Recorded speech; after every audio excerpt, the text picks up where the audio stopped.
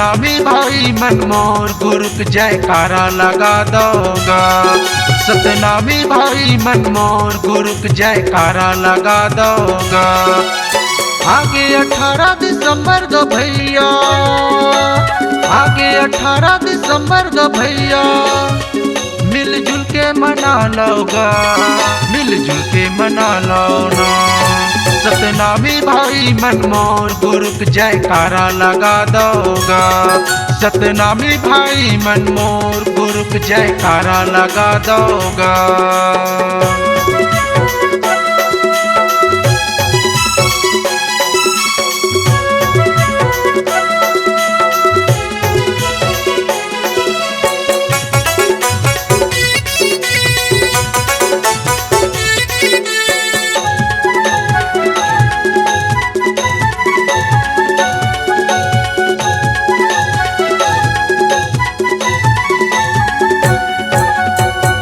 बाबा के अमृत वाणी सबके मन ला भाए है। मन के एक बरोबर कह के बाबा बताए। मन के एक बरोबर कह के बाबा बताए है।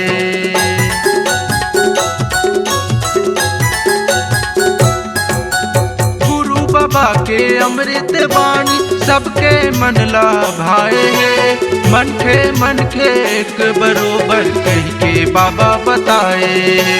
मन के एक बरोबर कह के बाबा बताए।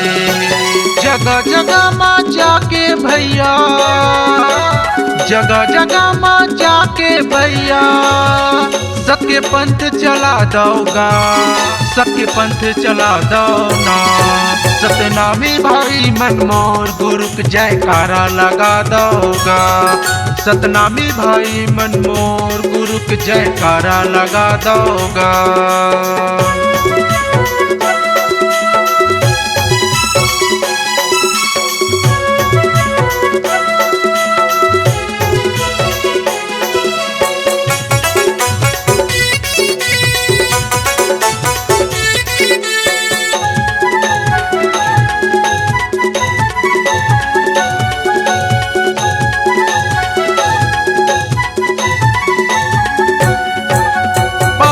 धर्मी मन के मन ला तू मन अब जान ला।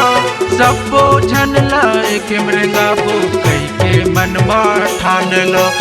सब बोझन ला एक मृंगा बो कह के मन में ठान लो।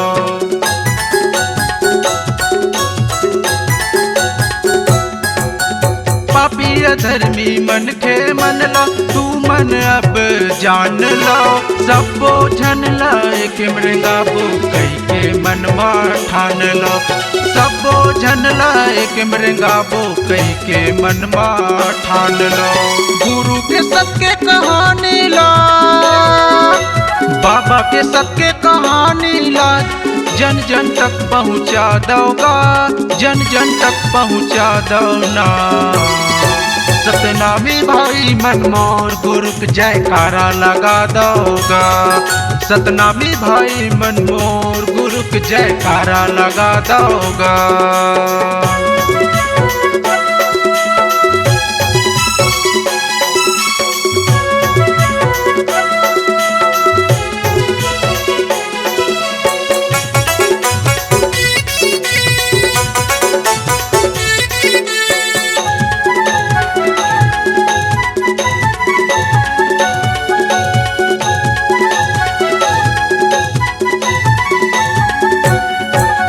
घासी बाबा के दुलरवा बेटा बालक दास जेकर नाम है।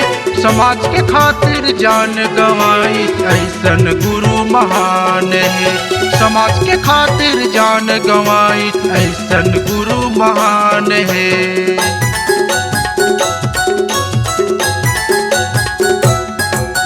घासी बाबा के दुलरवा बेटा बालक दास जेकर नाम है। समाज के खातिर जान गंवाई ऐसन गुरु महान है।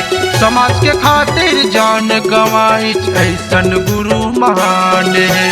गुरु बाबा के सतनामी से नामन, गुरु बाबा के सतनामी से नामन, गाँव गाँव डंका बजा दोगा, गाँव गाँव डंका बजा दो ना।